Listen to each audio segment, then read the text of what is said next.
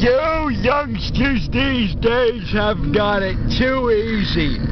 Well, I remember when we used to have to walk 5 miles every morning just for breakfast, and that was only on Tuesdays. And on Wednesdays, we had to slop the hogs and pick up a bite to eat from what they left. Pig slop was what we were fed. These youngsters these days are off their rockers, eating beef and all these darn things. Well, I remember when things were a lot better. And kids these days, what's wrong with them? They're a bunch of freaks. Don't look normal, don't talk normal.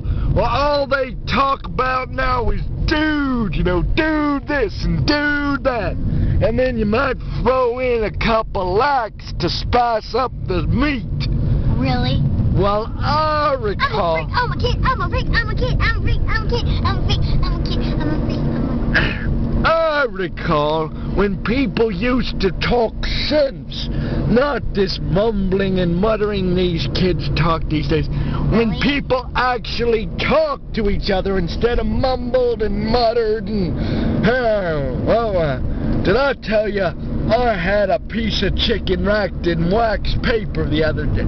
Wait a minute, I already said that. Well, you know, I think prune juice is one of the greatest juices ever created by mankind. And juicers these days is so high-tech. Why, you can put a candy bar in a juicer and it'll juice up Reese's peanut butter sandwich. Well, bug juice is good too. Yeah. You put a caterpillar down there, it makes a funny grinding noise.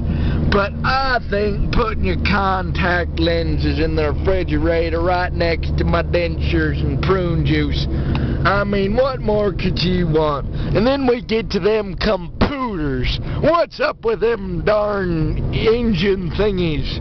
Well, I recall when we'd have to just think it out.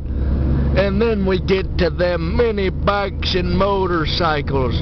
Well, my goodness, if I would have had one of those things, half the stuff in my life would be more interesting than it is now. I don't like interesting things. Well, I remember, if I would have had one of them things, I would have probably smuggled it into church as Uncle Earl since he was so fat.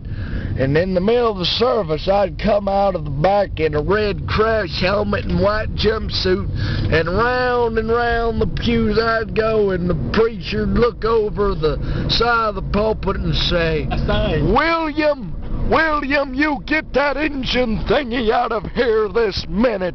And then I'd zoom on out the front door into the tombstone alley, and around the deacons would chase me, and man, me and my good buddies, man, we'd just sit back and laugh as they collapsed and tried to breathe again.